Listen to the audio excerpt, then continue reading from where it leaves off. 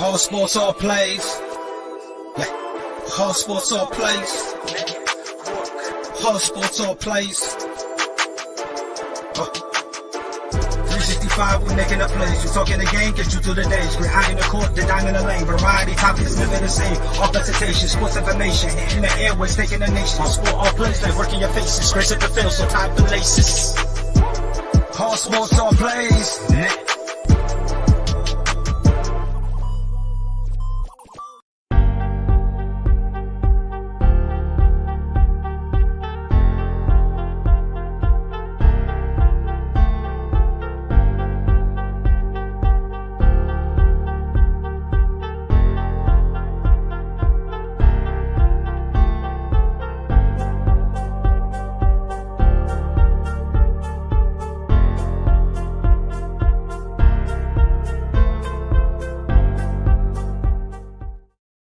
All right, everybody. Hey, welcome to the Touchdown Crew.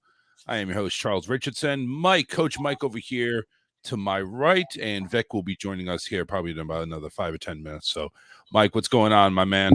Nothing much, making it. How about yourself? Hey, just living the dream. Living the dream down here in hot-ass Florida.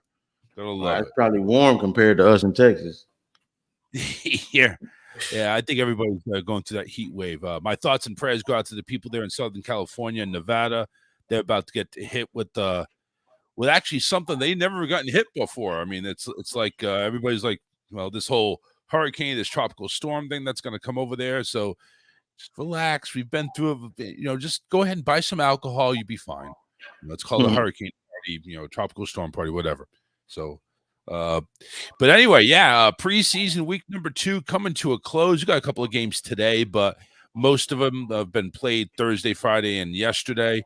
And one of them, of course, was the Patriots game against the Packers that ended prematurely, thanks to a really rough hit to our rookie cornerback Bolden out there. And he's been released from the hospital. He's fine, but they've gone ahead and canceled joint practices with Tennessee.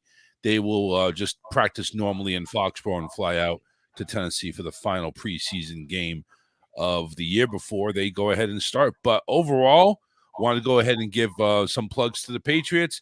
Mac Jones looked pretty good. Zappy looked pretty good. You got the offensive line looks like crap, though. That's the only thing I'm worried about. So they had Jordan Love out there. Jordan Love actually looked pretty decent except for that early fumble, which just – I think it was just the center to quarterback communication. I think that's all that was. But Jordan Love actually looked pretty damn decent. So I don't think the Packers have anything to worry about. They played their starters for a good full quarter, maybe a quarter in a series. But I think the Packers are going to be okay. What do you think about Love? You think Love is picking up on it? I think he's picking up on it, but you say the O-line is okay. I mean, that's the key factor. That's a major important part to an offensive team. So if I was saying the O-line for the Patriots was hard. Yeah, if they don't get it together, it's gonna be a horrible season. But Love looked all right. He looked decent for coming in comfortable, knowing he's the guy. So I think that's a different mindset for a quarterback to come in knowing in preseason when you get your reps, you are the number one guy coming in. Yeah, not just playing because the guy's not there. Yeah, exactly. So he's coming in. He's got the first team reps now. He's basically the man. He doesn't have to worry about anybody breathing over his shoulder. He doesn't have to go ahead and. The only thing he really has to worry about is expectations, because you're coming in trying to replace. Let's face it, a Hall of Famer. You're coming in trying to replace Aaron Rodgers, but you're not going to be Aaron Rodgers. You're not going to be that way. You got a couple of good rookie receivers. You got Christian Watson coming in for year number 2. I mean, you got a young up and coming receiving core. The question is, can you gel? Are you going to be able to gel? Are you guys going to be able to communicate and get everything where it needs to be for the regular season? And from what I saw, Love made some pretty damn good throws. He did. He wasn't a bad quarterback. I liked him in college, but the question is, what are the expectations? Well, let's put it this way: you're in Green Bay. Expectations always high. I mean, yeah, but it's like if you go to New York, the Jets suck. but the expectations are high. The expectations, they probably are for a fan base. For a fan base, yes, going to be high. But in actuality, when you sit back and you look at it, it's like this is a gelling year. If we go 9-7, 9-8, that's a great year. If we miss the playoffs by a few points, what would be the make or break in this one here? So if you're Green Bay, if you're in the front office, the GM, and you're saying, okay, listen, we got Love, he's coming in, he's been riding the pine, learning from Aaron Rodgers. Should he be, just guns blazing out there, or are we expecting a learning curve? The learning curve not going to be as strict as a rookie coming in and taking over. I think it's going to be a little more firm. We understand what you can do. We've seen you in action in multiple scenarios throughout games, throughout seasons. I believe he got 2 starts under his belt.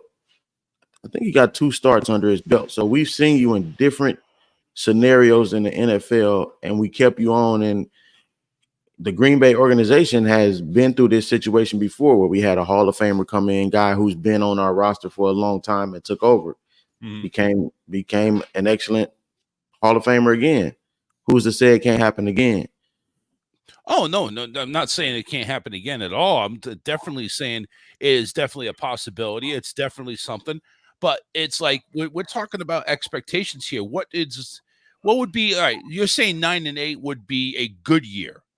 That'd be an excellent year for them. So you're saying 9-8 is the tops. I think that's the top. But and then you look at that division and you say, a lot of things can flip around in there. You never know. That division is a brutal division when it comes to playing each other. And the rivalries within that division carry a lot of weight. Yeah, so and that is going to be a tough division in the NFC too. Yeah. I really don't think they can do. I don't see them making the playoffs. I don't think nobody picks them to make the playoffs. But you never know. One punt return for a touchdown changes a game, changes that division in a heartbeat. It can. If Detroit is Detroit, you never know what you're going to get. Now, if Detroit is Detroit of last year, you're messing with a whole new team. So that division is like you kind of looking like no one's just standing out in that division. Like they're going to take it and it's theirs. It's going to be interesting to see what happens during the regular season. Coach Victor is in the house. Morning. Vic, what's going on? What up? How you doing? Man, I'm doing. So we're just starting the discussion in regards to Green Bay and the Patriots, the game that ended early due to a really horrific injury. But Patriots winning at 21-17, but they called it off after like 3 minutes in the fourth quarter. But we were talking about Jordan Love and how he played. He looked like he played pretty good. Threw a couple of nice shots, a couple of deep shots downfield, and he looked pretty good. And we're just trying to see what the expectations are. What do you have an expectation for Green Bay this year coming out of the North?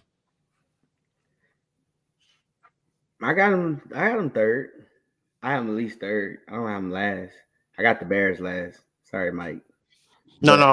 Okay. You talking about the other Wrong, Mike. Yeah. Wasn't talking about you. We know you're an Eagles fan, but no, I got it. I got him third because it's so many questions that you can't answer, and I think the biggest thing was that Jordan Love is getting all this hate or the question because he was in front of Aaron Rodgers. Aaron Rodgers is a bona fide Hall of Famer. I mean, they went to the playoffs every year, and Jordan Love just sent the bitch. I think he's gonna be all right. At least last year, he got some experience playing. The year before, with the COVID issues, when Aaron Rodgers had to sit out, he got more experience playing. Right. So he's gonna be fine. The coaches is gonna be quiet about the situation because you don't want them. You don't want to know what he can and can't do. Out. You don't want to put it out. So everything's kind of vanilla and kind of simple. I think they're gonna be all right. I'm not gonna sit there and say they're gonna make the playoffs, but they'll be better than what everybody's expecting to be. Yeah, Mike was saying it's like 9-8 would be an excellent year. Like that's like the that's like the ceiling for this team. Do you feel the same way? Do you think 9 wins is the ceiling for this year, or do you think maybe they could do a little bit better, or you think it's lower than that? But I think it's 9-8. Shoot, 10-7. Because you got to realize, regardless, one thing about it is what we learned. Detroit got better. Detroit still don't know how to win a game. like you're not. No one's putting. I know for a fact, no one's putting their money or their house up on Detroit, thinking they're gonna make the playoffs. Because you don't know for sure. It's not a lock in because you don't know what you're really gonna truly get out of Detroit. Like you look at the pieces, you look what they put on offensively, all it looks good. You drafted a linebacker, which was a need. You did some things up front, but it's still Detroit. Yeah. So for people that have faith in Detroit, are they supposed to? Are you expecting them to start off pretty quick? What Yes. are we expecting out of them? Yeah, sure. You didn't lose nothing. Only thing you lost, I think Jamal Lewis was a big loss because he was a leader in the locker room. He was the motivator. He brought the excitement. But you made up for it. From the draft. I just don't see they gained so much, but it's still Detroit. Like you should be the top two teams in this division. You should be battling with the Vikings for a playoff win. Like that should be the conversation.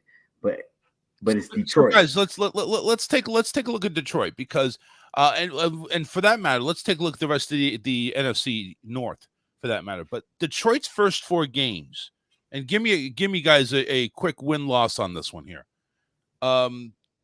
Detroit's first 4 games at Kansas City. Lost, right? Lost. They're at home against Seattle. Lost. They're at home against Atlanta. I think that's their first win. It's a dub. And now they go against Green Bay at Green Bay. It's gonna be a dog fight. It's gonna be a dog. It's a coin flip. Yeah. Because it's now, like I said, it's more so when you look at Detroit, it's the first question can you say, is that offense still gonna produce like they were producing? Because they was averaging over 20 plus points a game. Now the defense was terrible. Yeah. So, like I said, they got guys in there, but and when you take a look at that first game, if the defense is still terrible, you're just going to get plummeted with KC. And that's in Arrowhead. That's actually, that is the first game of the year. Like, that's the Thursday night game. You know, it's going to be a show, Patty Pat. Yeah, I think Mahomes is just going to tear them up. I mean, I honestly give the victory to Detroit over Seattle and Atlanta. I say they go 2-2 the first 4 games. I don't know about Seattle, dog. Because the next 2 games you should easily win, going against Carolina and Tampa Bay. You should be at the end of week 6, I say 4-2 for the season to work. If you go a losing if you're starting off with 4 or more losses after the first 6 weeks, I think you have some serious issues. Go ahead. I disagree with you, Seattle. Go ahead. Seattle did very, very well in this draft. Like I said, you have another corner. You draft the first round. That's legit. He's a man coverage guy with a little bit of zone, especially with the way Seattle plays. Then on top of that, you got the receiver out of Ohio State, Jackson Smith. Yeah. I can't pronounce his last name. Nagiba or something like that. Yeah. So now you're gonna put him in the slot or put him outside, and you know you're gonna run the football. They're gonna be tough, man. Seattle's gonna be tough. Now I'm not sitting there. I'm not yelling Super Bowl, Mike. I know that last year I was yelling playoffs. I was yelling playoffs last year with Seattle. But they're gonna be all right, man. They came real close, though. I mean, Seattle shocked everybody. I mean, let's face it. They really shocked everybody with the Geno Smith. Nobody gave Geno a chance. I don't think they. But Geno Geno came on and said, "Shut up, everybody. I'm still here." They didn't shock me because, like I said it before, one thing Pete Carroll does a great job of coaching young talent because he from being in the college and everything else. Now where Pete Carroll sucks at is coaching veterans. He doesn't do a good job coaching veteran teams because when Seattle Legion of Boom, guess what? They were all young. Then when they got older, they start acting too ignorant. They start disappearing. But he does a great job of coaching young talent. So I like Detroit. I root for him. I mean, you watch the Hard Knocks, you kind of root for him now, but it's Detroit. You will find it's like you find ways to lose because Detroit, Cleveland, like those are teams. You can even put the Cowboys. They make you nervous until that clock goes 0-0 because at any moment you're like they're finna do something stupid. Yeah, Detroit has a hard time of closing games. They're like that baseball team that has nobody in the bullpen. It's like you're not going to be able to go into that fourth quarter with a 2-3 touchdown lead and feel safe. It's like one of those things. It's like I don't care how big of a lead we have. We gotta play this next quarter. I mean, we just can't lay down and play dead because that's what they've been doing. They've been doing that, and they got to get better at that. I mean, do you think for Detroit, did they really make any adjustments defensively? Like, did they get a new DC? Did they do anything differently this year that would make you feel a little bit better? Like, okay, maybe we can close some of these games out and not have to, not have to have a heart attack in the fourth quarter.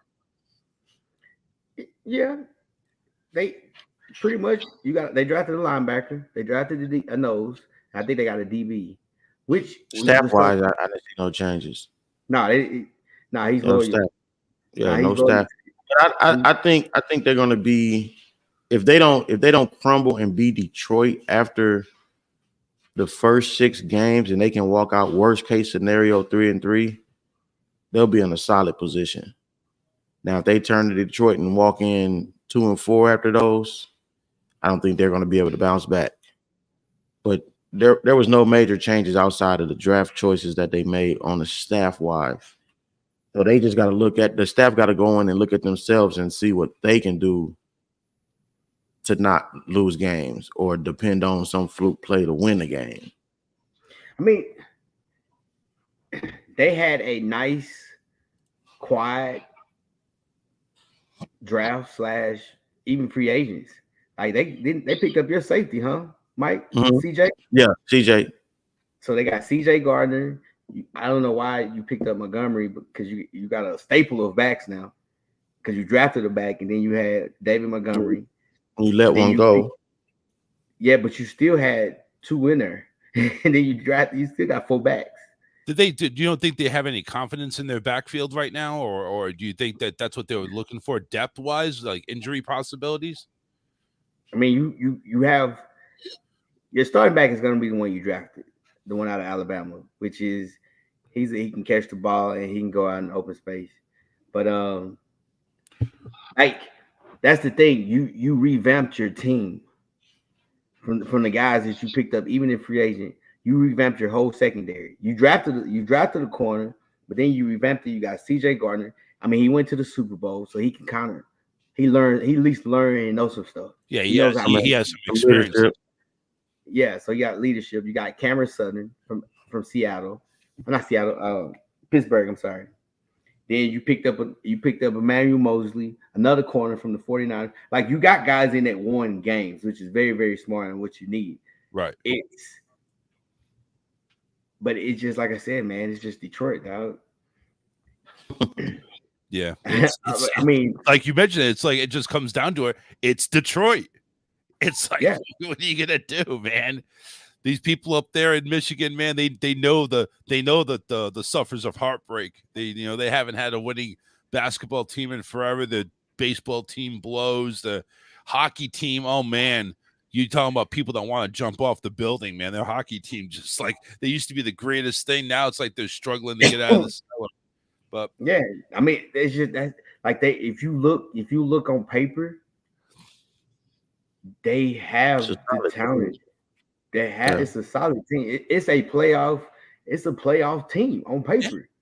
Like legitimately, I'm not just saying it's like I said, I named out guys that came from Champions. other teams. They came from other You teams. got They came from yeah. food program. Like you got defensive sound guys.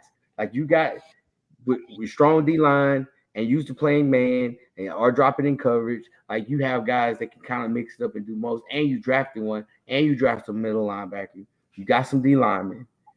So You got locker like I room said, presence. You got locker room yes, presence. So you have everything in place. It's just now, the coach can't can cost you him. just can you just get them over the hump? Yeah. Because there should be no excuse. Say defensive coordinator should have zero excuse. I said it last year. I said your secondary is trash. You don't have no pass rush. You don't have a nose. You fixed all that because you got a lot of guys that came in. Offensively, you bring in another. You got receivers, more receivers that came in. You got a running back that came in. Can't say the O line because you've been drafting O line forever. And you We brought can't in blame one. y'all. You got the one from the Eagles that came over, Violate. Yeah. Yeah. So you got experience on there. You got somebody who understands. Are they building up to basically be in a shootout almost every game? Is that what they're building up for? You shouldn't. No, It because seems like it I is. don't think they should be, but they find a way to be on one. Yeah. yeah. And it's hard when you look at their roster, you look at their schedule, it's favorable for them, and it's just like you just see the name. It's like Detroit Lions. You like, oh my God, you just every week, like who gonna win? Coin flip. Who gonna win? Coin flip. And you taking a chance just because of their name. And it's sad because as a coach, you teach your players. I don't care about the name on their chest, but it's the Lions. And you just never know. Yeah. After the first 6 weeks, you're thinking, at least I'm thinking 4-2. Again, if everything on paper comes to fruition, 4-2 should be, I think, a pretty good. I mean, you're definitely losing week 1. But let me ask you this though. Let me ask you this. I'm very curious. How many games do you think you need to win to make the playoffs in the NFC? In the NFC? Yeah. Probably 10. So you think you got to have 10? I think 10 is a safe number. I think there's going to be a 9 and 8 that squeaks in there. Okay. I'm just curious of last year. What do you think? Do you think 9 wins gets you in there? I think based on your division, I think 9 between that because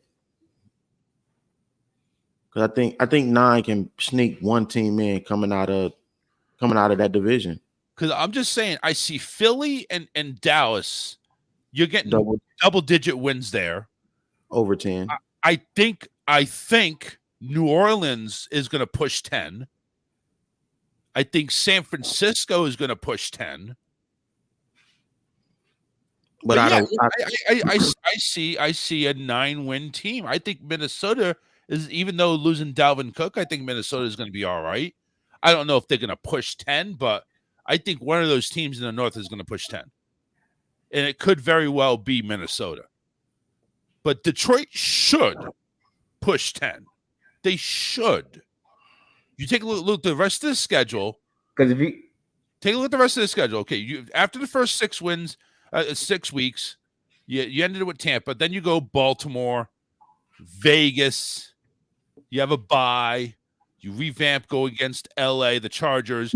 Again, Chicago, Green Bay, New Orleans, Chicago, Denver, Minnesota, Dallas. I see 9 in there, maybe 10. Well, if you go off last year, 10 gets you in the NFC because you had Eagles 14-3, and there's no typical order. I'm just going out looking at it from the top to bottom. Yeah. Cowboys 12-5, 49ers 13-4, Seahawks wild card 9-8, Vikings 13-4, Lions 9-8, and then of course you had the Bucks and. Well, we're not going to go there. We're just not going to go there. Because So I don't think 2 teams got in with 9. 10 definitely gets you in, but 9 9's pushing it. Yeah. You don't want to, as a coach or a team, obviously you want to go ahead and win every game. But as a coach and a team, you have to have the mentality 10 and you're in. 9, man, you're playing with fire because you don't know how everybody else is going to do. You can go ahead and speculate all you want on paper. Like, you can speculate New Orleans winning 10 games. You could speculate all you want about Philadelphia winning 14 or 13 games, Dallas winning 11 or 12 games. You could speculate all you want. But that North division, I don't see a wild card coming out of the North. I see division champ or nothing. I honestly see that. What do you guys think? In the North, Detroit, Chicago, Green Bay, Minnesota. I see division champ or nothing. For Detroit? No, for anybody coming out of the North. If you're not division champion, you're not making the playoffs. There's no wild card in the North. What do you think? I think they can get one. Because I think Tampa Bay's not going to get one this year. So it's an open spot there. Who else was in? So that position right there is going to change. And I think one of those two teams, Minnesota, takes that one. Whoever doesn't win the division, I think they get that spot that Tampa Bay had last year. So what everybody's saying is no, Tampa Bay won the division. So Tampa Bay won the division at 8 and 9. Yeah, they won the division. So it's gonna be, regardless, it's gonna be out of, I think it's gonna be out of either New Orleans or God dang it, New Orleans, Atlanta. I think Atlanta's gonna be all right. It just all depends on that. Tampa Bay and Atlanta. Oh shoot, all of them. It all depends on quarterback play. Whichever quarterback shows up. I'm just being honest. From in that division, whoever quarterback, whoever quarterback has the best season is gonna win the division. But so what we're saying is we're gonna say the NFC East gonna take 3 teams out. Correct? I said NFC East. It's possible. No, it has to. It can't be. It has to be 3 because if we say NFC South is 1. Then you said I see the West though taking 2. I see Seattle and San. That's what I'm saying. So look, so there's one. So one division has to have either 3 or the NFC North has to have 2. But you're saying Atlanta might be all right. You're saying Atlanta could go ahead and win 9 and get in. I gotta look at Atlanta's winning 9. Because I think that division only gets 1. All right, Lee, listen, let's look at Atlanta. I mean, obviously this is going to be one of the weaker divisions, but let's look at Atlanta real quick. You're starting with Carolina at home, Green Bay at home, at Detroit, at Jacksonville. Then you have Houston and the Commanders at home, at Tampa, at Tennessee, home against Minnesota, at Arizona. You get your bye week, you get rested up. Then you go New Orleans at home, at the Jets, Tampa at home, at Carolina, Indianapolis at home, and then you close out the season at Chicago, at New Orleans. With Atlanta and what they got going on, their quarterback play, their game, you see them winning 9 out of that? Yeah. And the reason why I say that is a lot of it is because of the guys that you got around. Atlanta is not bad. They're going to pound the ball. You have a tight end that can run routes. You got a receiving core that's legit. It's pretty straight.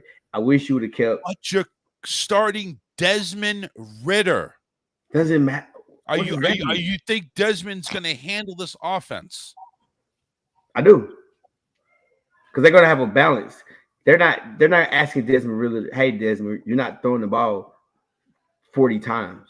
But again, I said again, whatever quarterback out of this division plays the best will win the division.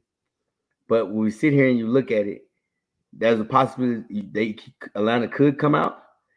But who else? New Orleans. New Orleans is going to win the division. New Orleans going to win the division. Yeah, but we're talking about that last seed. You're talking about overall last seed in the NFC.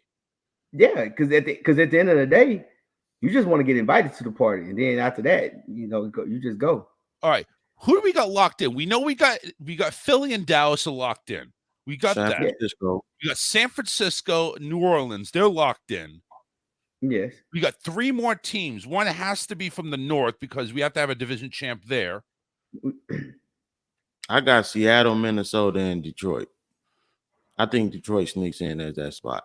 So you think Detroit goes into that last wild card. So we get 2 out of the North. They like the Giants. They like 3 coming out the East. Say who? You said you like the Giants. I know you ain't saying Washington the third one out the NFC East. Whoa. No. Let's take a look at what Victor put in. I took the Giants off because I forgot Seattle. In the NFC, you got Philadelphia, Minnesota, San Francisco, Detroit, New Orleans, Dallas, Seattle. So he does have Detroit coming out of there, and with Minnesota with the division. Yeah. So he does have 2 people coming out of the North. Yeah. I don't know, man. I don't know. I see that there's going to be too many factors that come in, whether it be injury or just unexpected play, that I don't think there's going to be more than one person out of the North. That's just what I'm seeing. I just see I'm taking a look at the intangibles here because there's going to be injuries, especially in San Fran. Holy cow.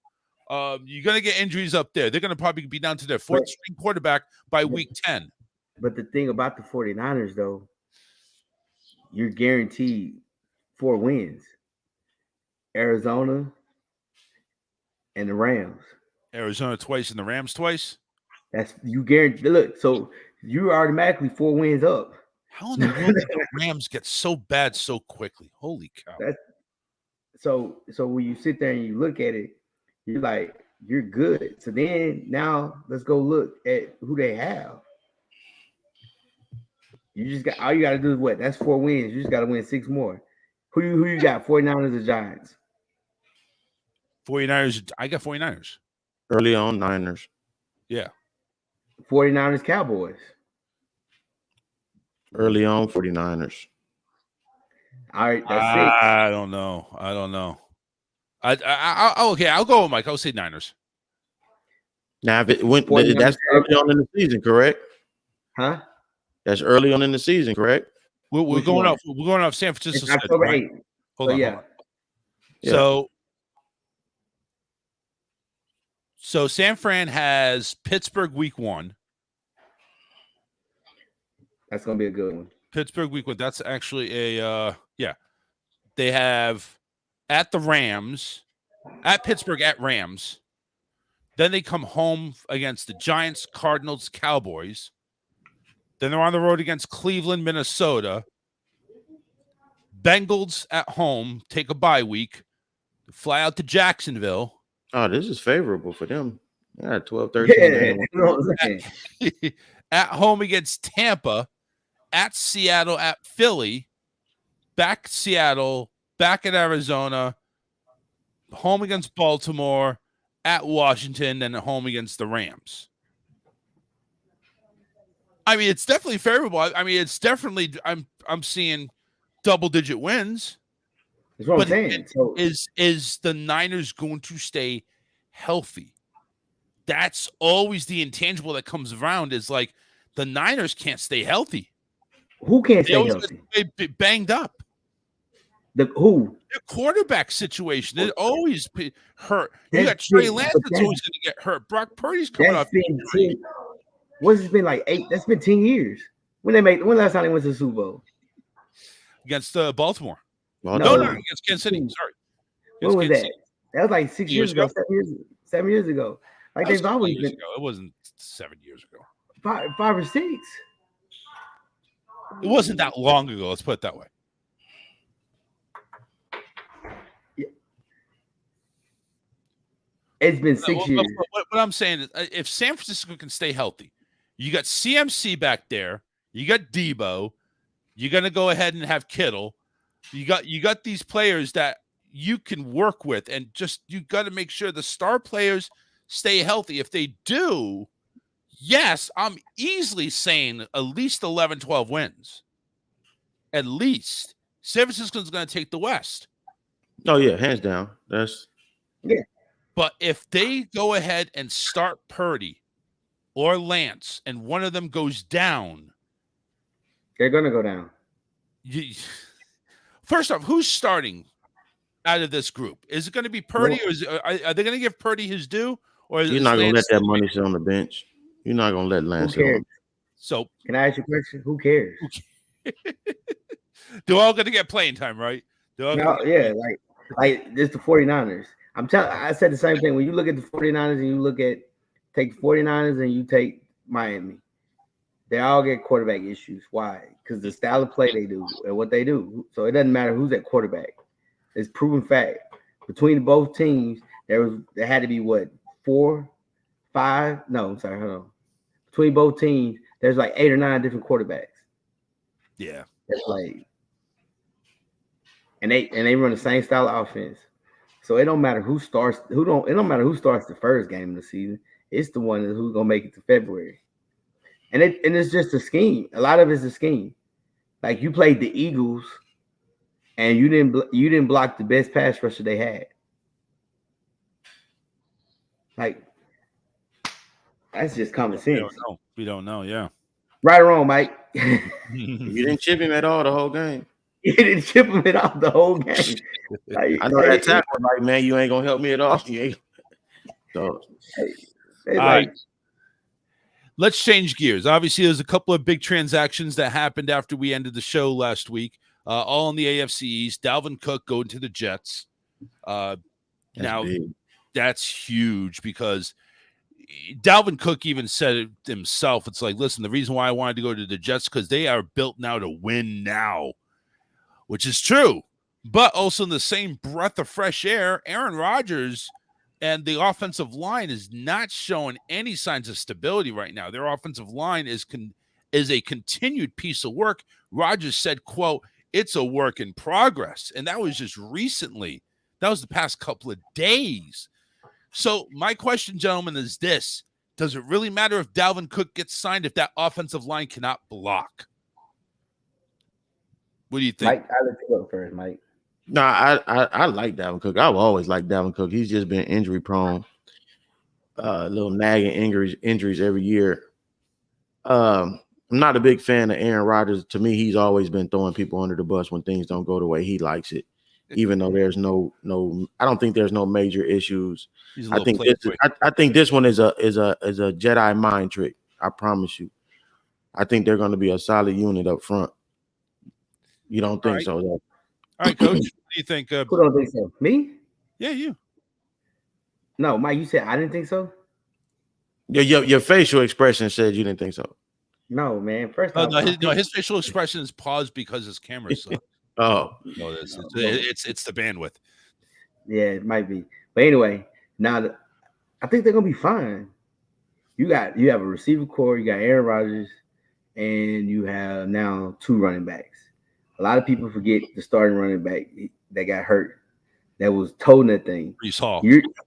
You're pretty much telling the offense, you scored 21 points, we for sure win. You score 17 points, we gonna win.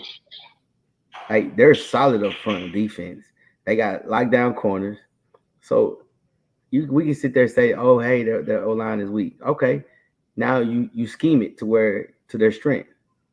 So that'd be fine because they can run the football. You can throw the football. Yes, Aaron Rodgers, he'll throw people under the bus. All he got to do is football while they're under the bus.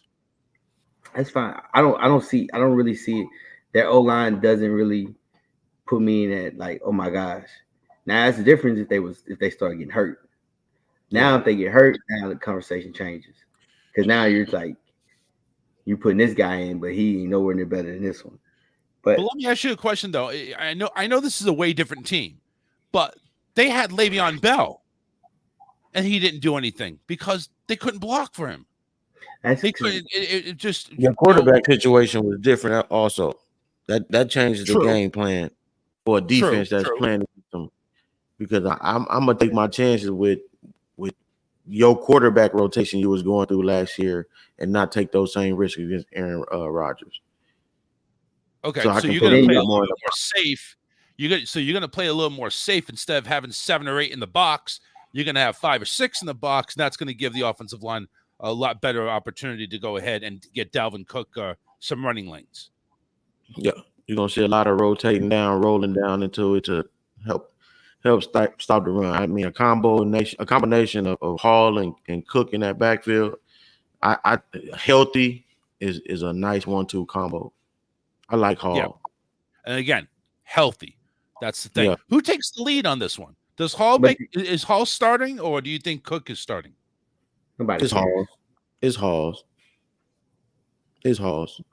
Well, no, dude, I know Vic's saying nobody cares, but internally, don't you want to be the first guy out there? Don't you want to be the lead back? Don't you want to be the one getting the touches? I want to be the guy in the fourth quarter. I want to be the guy in the fourth quarter. Yeah. Because I mean, go ahead. You take Pollard and the Cowboys. Yeah. Zeke started, but Pollard got the stats. He got the yards. Well, he started getting the yards towards the downtrend of Zeke's career. But if you look at it, you give it to Hall. Why do you give it to Hall? He's the smasher. So you want them to bang. You want him to go in there and bang it up, loosen it up for the receivers and for Cooks to come in and gas you. Like, and that's the thing. So when you said like Le'Veon Bell is a different runner. He's a weight. I want to set my blocks up, and he's a dancer. Shoot, what they got back there now, them suckers hit that thing. Like, they don't dance, they just gonna hit it, and they're good. So and you have to keep a safety over the top regardless, because you have to watch for Aaron Rodgers. Well, yeah, because you weren't scared with anybody else. Now it's like, Rodgers is back there, and his weapons are top notch. Let's be honest. He's gotten great chemistry with his receivers. So yeah, you're going to go ahead and have to worry about Aaron Rodgers doing a little play action. And I think that's going to be the key. I think that's going to be the key to keep Aaron Rodgers upright, is that play action game. Because I think if you just go ahead and shotgun it and just throw it 50, 40 times a game, I think he's going to get rocked a little bit back there.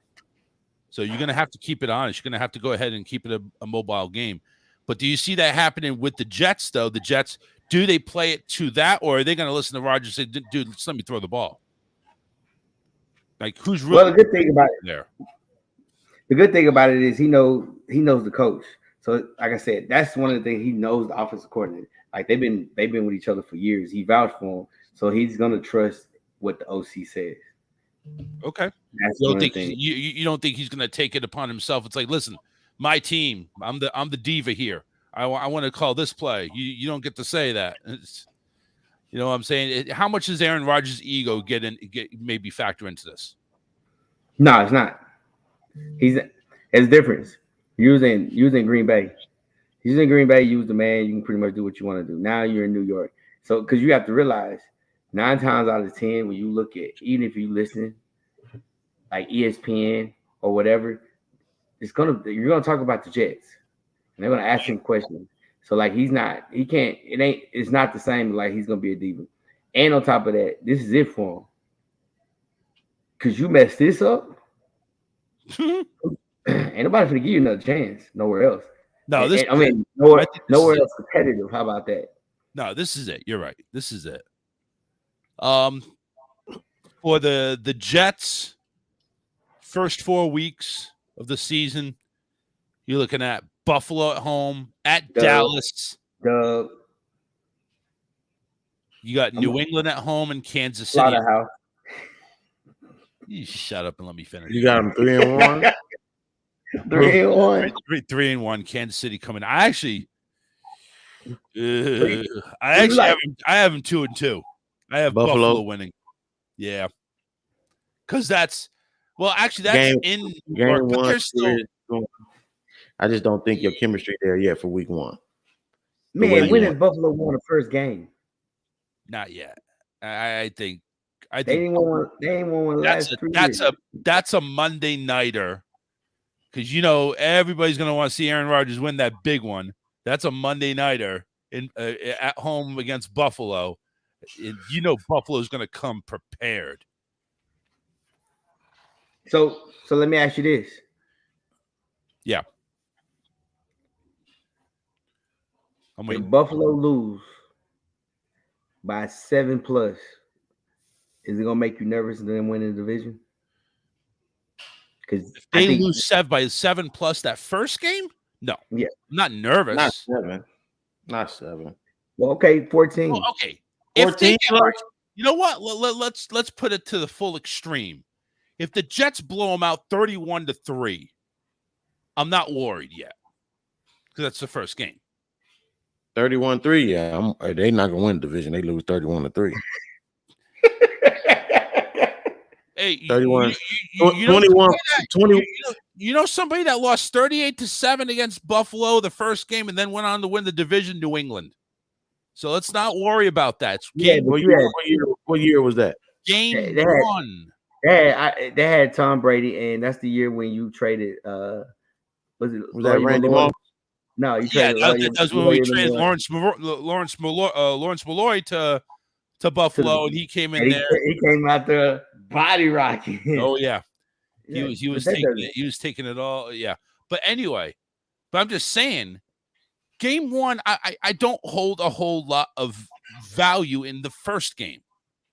It's when you get into October and November is when your team really starts to come together and starts to shine. So Buffalo, I don't think is going to take. They're not going to have that much rust. They're not going to have that much, time to gel. I think after that first one, they lick their wounds. They come back with a vengeance. I think if Buffalo gets beat by 14 plus points, 14 plus. I think the mindset is going to be like, uh-oh. And because all you're doing, you have to realize the Jets are in that same category with the Lions. And when you beat the Bills multiple times. You beat them last year by like 3 or 4. You lost the last game by 7 because of what you had at quarterback. And then you come with Aaron Rodgers and you beat them by 14. I think they is rolling. They is rolling. I don't know. I just 14 plus changed the whole complex of that division. Because now they got to really, because it makes you think. Because what I just say, Mike, Charles, when you look at last year, it makes you think, but it's like you're a professional. You take that win, you shrug it off, you go to the next week. We're on to Cincinnati. We're on to Tampa. We're on. We're moving on. That game gonna be on your mind still. Yes, that is. You know what? You're right. You're absolutely right. That game is going to be on your mind until they meet again. When they meet again, they meet in week 11 in November. It makes you nervous, though. Nah, Charles. It makes you nervous because look where it goes back to. Now it goes back to, here's the questions. Did the Buffalo get the Stephon Diggs question? Why did Stephon Diggs was ready to get traded? Why is Josh Allen is not going to get steamrolled? That's what John says. Well, that's your cowboy person right there talking about Rodgers. Well, I don't know why we hold our hat to these Buffalo Bills that we think they're really going to do the thing. But some of it is they win some games, but then the division is not tough. But they have a solid foundation. Now it is. Now every team in that division, honestly, can pull it out. Pull what out? Every team. Pull what out? A win? Miami can go ahead and beat Buffalo. New England can go ahead and beat Buffalo. Oh, they can have a go ahead and beat New England. The New England can beat the Jets. Anybody can beat anybody in that division. I disagree. New England has a chance to win that division? Yes. Everybody has a chance to win the division. I don't think it's going to happen. Yeah, because the season ain't started yet. Everybody's 0-0 right now. Yeah, right. 0-0 right now. We're tied for first. New England will be number 4 at the end of the season. Possibly. You think they're gonna fire Bill? I think they're gonna be they're gonna be the strongest number 4 in the AFC. You think they're gonna fire Bill? No, they ain't gonna fire Bill. What they holding on to? Holding on to the legacy. I don't know. Yeah, I think they're going to try to get him the most wins and get a top of shoulder. Then he's going to retire. I think they wait. Are they doing the because 10-day contract for Tom Brady to come retire yet? Oh no, I haven't heard anything about that. No, I'm they're assuming that's probably what's going to happen in week 1. When they do that, that means that's Bills last year. I don't know. We'll see. But speaking of New England, they go ahead and sign Ezekiel Elliott, the big boy out of Dallas. Now they got a 1-2 punch, which has now been ranked the 3rd best behind the Jets as the best 1-2 punch out there. Ramondre Stevenson and Ezekiel Elliott, 1-2. Is that a New England Post newspaper that did that? That was ranking? actually CBS. Isn't Robert Kraft a part owner of CBS? No, he's not. If he was a part owner of CBS, they'd be ranking him number 1 and the Jets be number 5 or something. Number 2 1-2 punch in the backfield. Yes. Wow. Who's number 1? The Jets are actually number 1. It is. Oh, this is in the AFC East. No, this is actually in the NFL.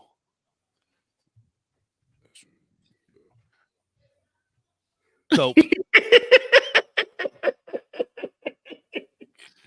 I love it how you guys are laughing about this. I love it. No, I'm thinking. I'm not laughing. I'm thinking like.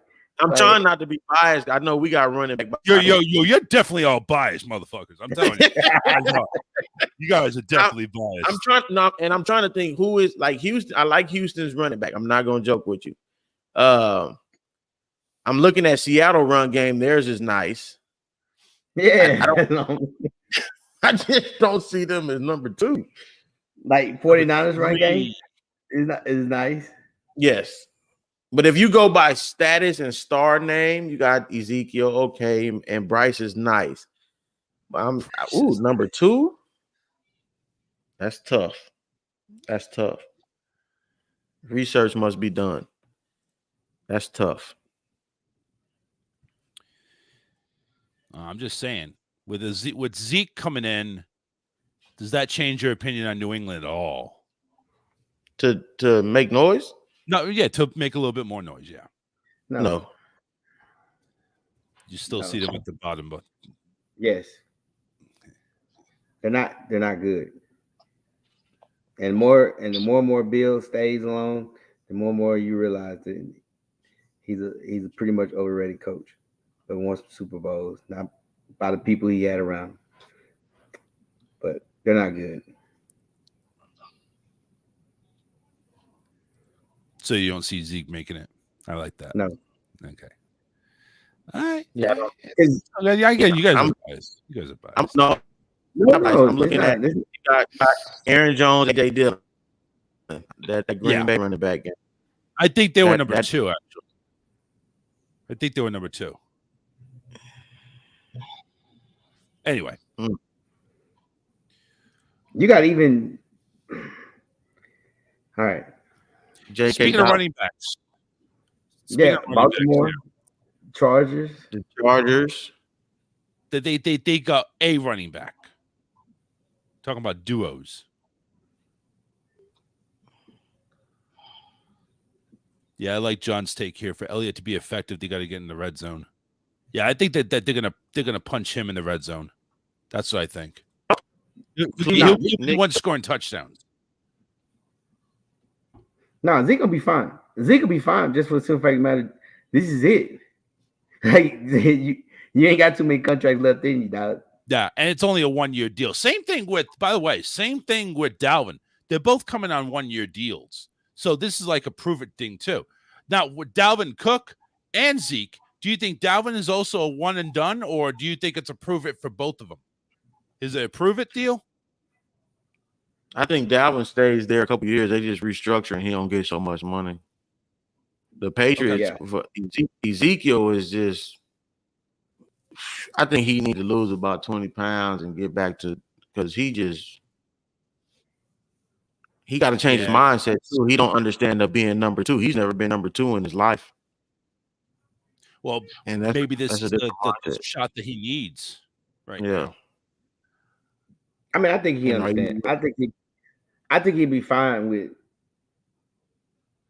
the mindset ain't gonna be an issue because one, that's the whole stigma of Bill walking in there, and he knows that one, the Patriots do a great job of having running backs. Like they're gonna have 4 or 5 running backs. They don't have a feature back. Bill will go with the hot hand, and he'll ride the hot hand until you're not good no more, and he'll release you or trade you. Yeah. That's hence the fact you see him come in with he got the fresh haircut, new do, and all that. Like I think he'd be fine. It's just in reality how they treat running backs. They're a dime a dozen, especially with New England. Well, yeah, New England doesn't pull any punches. I mean, hell, they went ahead and got rid of Damian Harris. I mean, if you wanted to go ahead and have a 1-2 punch, they had a pretty good punch with Harris and Stevenson back there. But it's like, no, we don't want to pay you, so have a nice day. And then they go after Zeke. I think they went after Zeke because they couldn't get D-Hop. And if they got D-Hop, I don't think we're talking Zeke, to be honest with you. I think it's just, listen, we need to make a move. We need to make a splash. Hey, Zeke, I see you're out there. Let's go ahead. Come on over. Still a couple of running backs that are out there. Jonathan Taylor made his way back to Colts camp, but he's on the PUP list right now. He's been dealing with contract issues as well, starting with a rookie quarterback now. How important is Taylor to get back on the field with Indianapolis? Or do you think Indianapolis season is just completely shot? Forget it. Don't even worry about it. Stay on the bench. If I was him, I will hold out. You'd hold out all season, huh? Yes. Till you get your because here's what you gotta realize. When they was good, you gave him 400-500 carries. So now you got that's a lot of carries in a season. Come on. They gave it seemed like it was Jonathan Taylor left, Jonathan Taylor right. Yeah, right. Jonathan Taylor. So, it almost sounded like they were running the same offense Tennessee runs. It was, except that's a grown man, but that's another story for another day. And he got his money right now. If I was Jonathan Taylor, because if you go in like Saquon and say you're gonna go for like $10 million or $5 million, yep, they're gonna run you to the ground because you got a rookie quarterback. So a rookie quarterback that really can't throw. So you're gonna run RPOs and play action, kind of exact same thing what the Eagles did with Hurts at the first season. Except the Eagles went to the Super Bowl eventually. Yeah, but it was what was it? Second year? No, third year. Second year. So we got the Colts in the Super Bowl next year, huh? No. Hey. So if I was Taylor, man, I'll hold out. I ain't even gonna lie to you. Because I know you need me. Yeah. Well, yeah, that's why we want to hold on to you. Yeah. What's the Colts season this year? I mean, obviously it's single digits, but what are we seeing? What's the max you think they'd come out? Top 5 draft pick. You're talking about 3-4 wins, maybe? Yes. Okay. Because you're not gonna be you are the bottom of the barrel team in that division. Yeah. I hear you. I think Texans went up. They improved. They're gonna get better. They're gonna get better on defense. Jaguars is the team because they're well balanced on offense and defense. Can run the football, quarterback can run, and you got receivers that can catch it. Calvin Ridley is a tremendous pickup. Yeah, he's been out for a year and a half, so he's well rested. He's mentally rested. He ain't gambling. He is good. You better not be gambling. So and I mean, and don't get me wrong, you still got Tennessee. Tennessee always finds ways to win, but I love what Jaguars they have. So I just think the Colts, you're gonna be a top 5 draft pick. You're gonna draft probably maybe a receiver or a lineman because your line is getting old now. Yeah, I'd say line. And but I don't think the line would be the first pick of the draft. I think it would be like a big time receiver, somebody to make a splash. Yeah. All right, we're going to get ready to go ahead and close out the show here. A couple of things. Last thing, Ravens, Jadeveon Clowney, 1-year deal. Does that help the Ravens, or do you think that's just a kind of another big name just to go ahead and add to the roster? It helped them. It stops the run game. Jadeveon Clowney is a run stopper, not a pass rusher. I don't know why people thought that. So it helps them to stop. It helps with the run game. What teams, especially in their division, they like to run the football. About you, Mike? You think the same? I agree. The move when he where was he at playing linebacker and they was moving. That could have been the craziest thing they did. Nah, Cleveland. Oh, Cleveland. I'm sorry. That's right. Yeah. That's right. I keep forgetting he played Cleveland.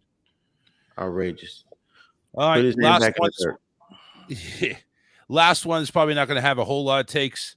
Sam Howell, starting quarterback, Washington Commanders. Who? Really?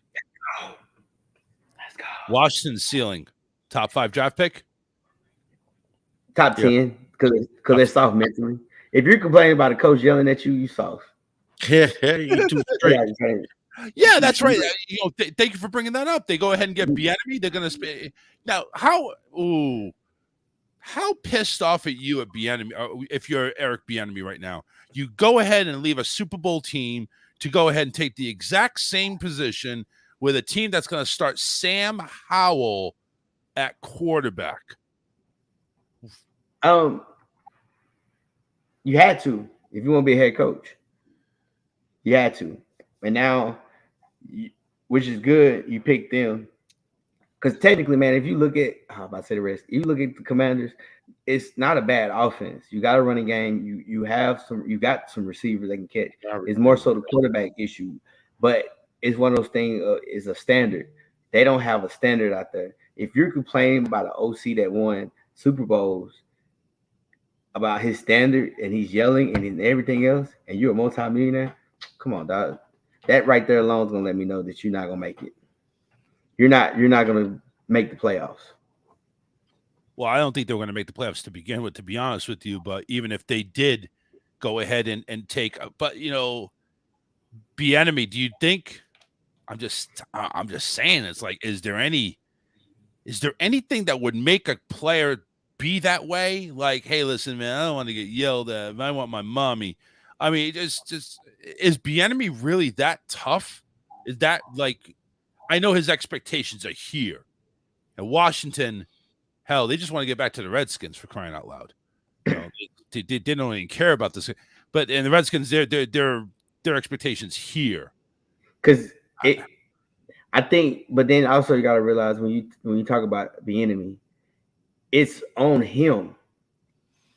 If he fails. The first thing everybody's gonna say, "Oh, it was Andy Reid. Bieniemy had nothing to do with it." So, like for him, this is a lot. It's more pressure on him. That's why he's holding them to this standard more so than anything because this is it. If he can't get them production, he will never be a head coach ever. No matter how you look at it, no matter how you see it, he will never be a head coach. So the pressure is on him, and his standard is high, and he's going crazy because he won't get any credit for anything past this season right here. I mean, he won't get any credit from the past if they suck. Mike, what do you got to say on this?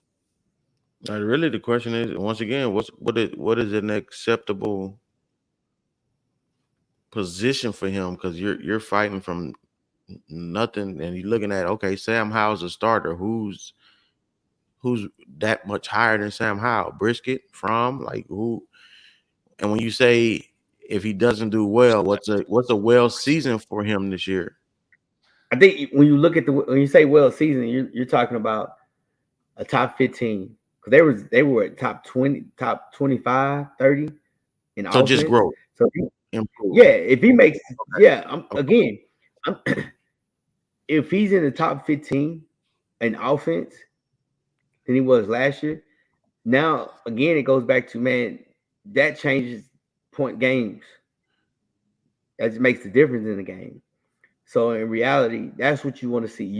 He's not going to jump from 29. I don't know what they were ranked, 28th in offense to 3. Yeah, but if you can make, if you get to the top 15, I think that's growth. Okay, but so necessarily don't look at wins, though. You're going to produce some wins. But you can't. No, but you can't look at wins.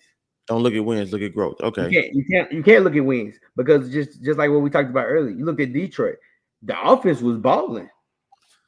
Now it was the that's defense true, side. because Bieniemy's just in control of the offense. You're right. Yeah, he's not over the game. He's not in control of the defense. The defense can, get blown out 30 points, but if you're putting 28 up there and you're scoring and you're being effective, defense is going to help you out to get the win. So yeah, you're right. You can't look at wins and losses in this one. You just got to look at, hey, how's Bieniemy doing with Sam Howell at quarterback? And that's what you have to look at, because you go back again last year. You look at Denver. If Denver would have averaged 12 points a game, they would have won 10 games. Yeah, last year. I got you. But you talking about the offensive side about he has to, as long as he's the OC, he has to make sure they are improving and are getting better. Like again. If he gets them top 15, hell, if you get them in the top 10, you got to give him respect, because then you're going to say, if you get them in the top 10 and you take the Chiefs, they lose out the second round. Now they're going to say, man, you don't have, but you can play that game. Yeah. So, all right, gentlemen.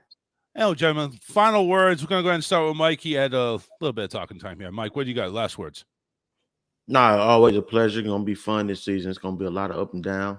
Always a pleasure working with you guys.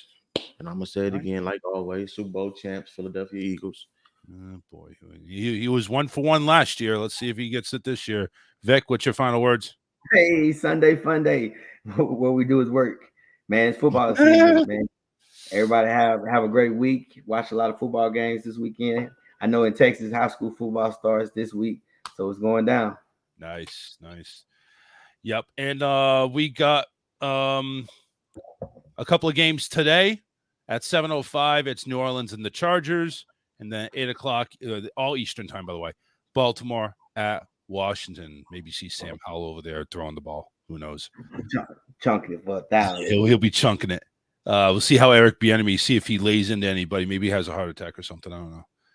Anyway, we're out of here, folks. We'll see you next Sunday here live right here on the Touchdown Crew. Peace out. All sports, all plays. All sports, all plays. All sports, all plays. 365, we making a plays. You talking the game, get you to the days. We're out in the court, the dime in the lane. Variety, topics, living the same. All presentation, sports information. In the airways, taking the nation. All sport, all plays, like working your faces. Grace at the field, so tie the laces. All sports, all plays.